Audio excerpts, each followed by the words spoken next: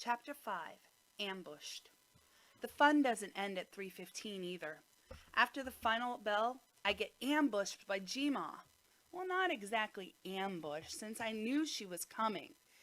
See, my grandmother used to be a teacher herself.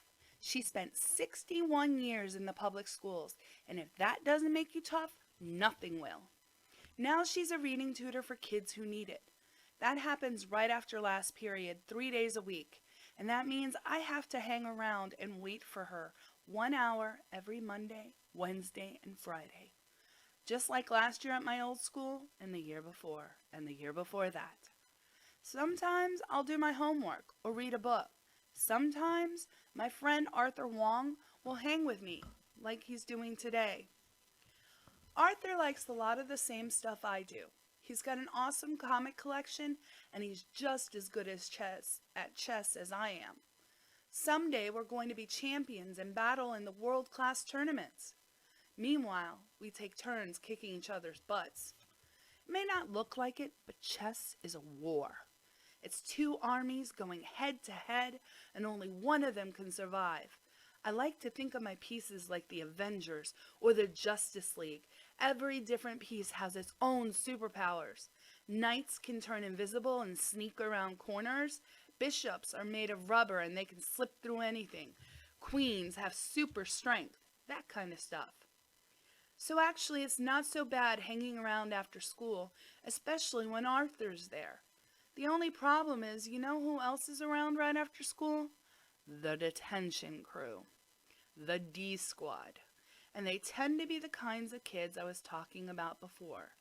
The ones who call me Grandma's boy and give me quick, hard jabs to the kidneys in the hall when no one's looking, which is most of the time at UMS.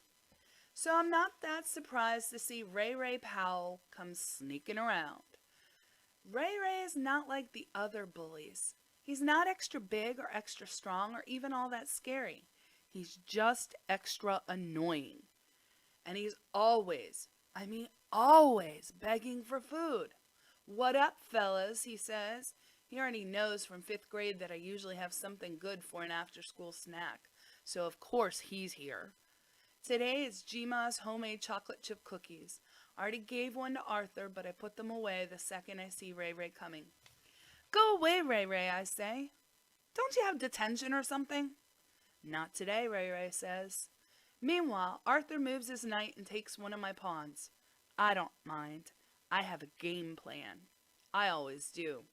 In chess, you have to think as far ahead as your brain will let you. "Why is that piece bigger than the others?" says Ray Ray, pointing at my king. "'Cause he's the king," I say. "Leave it be."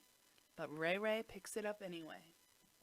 "Cool," he says. "A black king, that's what's up." "Put it back," I tell him, which is a mistake. The second Ray Ray knows you care about anything, it's like he can't get enough of bugging you about it. And I reach for the king, but Ray Ray doesn't budge. He's got my number. He knows I won't step to him. "What you got to trade?" he says, looking at my backpack like he has X-ray vision on those cookies or something. It's Arthur's chess set. I don't want him losing his king. So I pull out one of the cookies. "This is the last one. That's all I have," I say, which is a lie. Ray Ray hands me back the king and shoves that cookie down in one bite. "Dang," he says with his mouth full. "You got it made, Grandma's boy. She hooks you up." "Don't call me that," I say. "Man, stop getting all sensitive on me. You know what you are, fool." "We done here?" I say. Before he leaves, he wipes some crumbs off his shirt and they fall on the chessboard. "See you, Wong," he says. "See ya, Grandma's boy." Then he rolls out of there, all high and mighty like his poop don't stink. But it mostly does, literally. Dude is smelling foul. But then I look down at his kicks and notice that he must have stepped in a heap of dog crap. Somehow he hasn't noticed yet, and I don't say a word. It's karma, baby. If you treat people like poop, that's what you receive, a heap of it. Do times 2.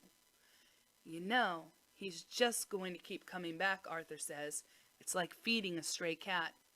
Whatever, I say. I'm not afraid of Ray Ray. One day I'm going to snap on that fool. You'll see. But the truth is, I'm afraid of fighting. Nobody ever showed me how. And it's not exactly the kind of thing you learn from your grandma. If it makes Ray Ray go away, that's all I care about, I say. I put my king back on the board where it belongs. Then I slide my bishop diagonally over 3 squares and look up at Arthur again. Oh man, Arthur says. Checkmate, I say.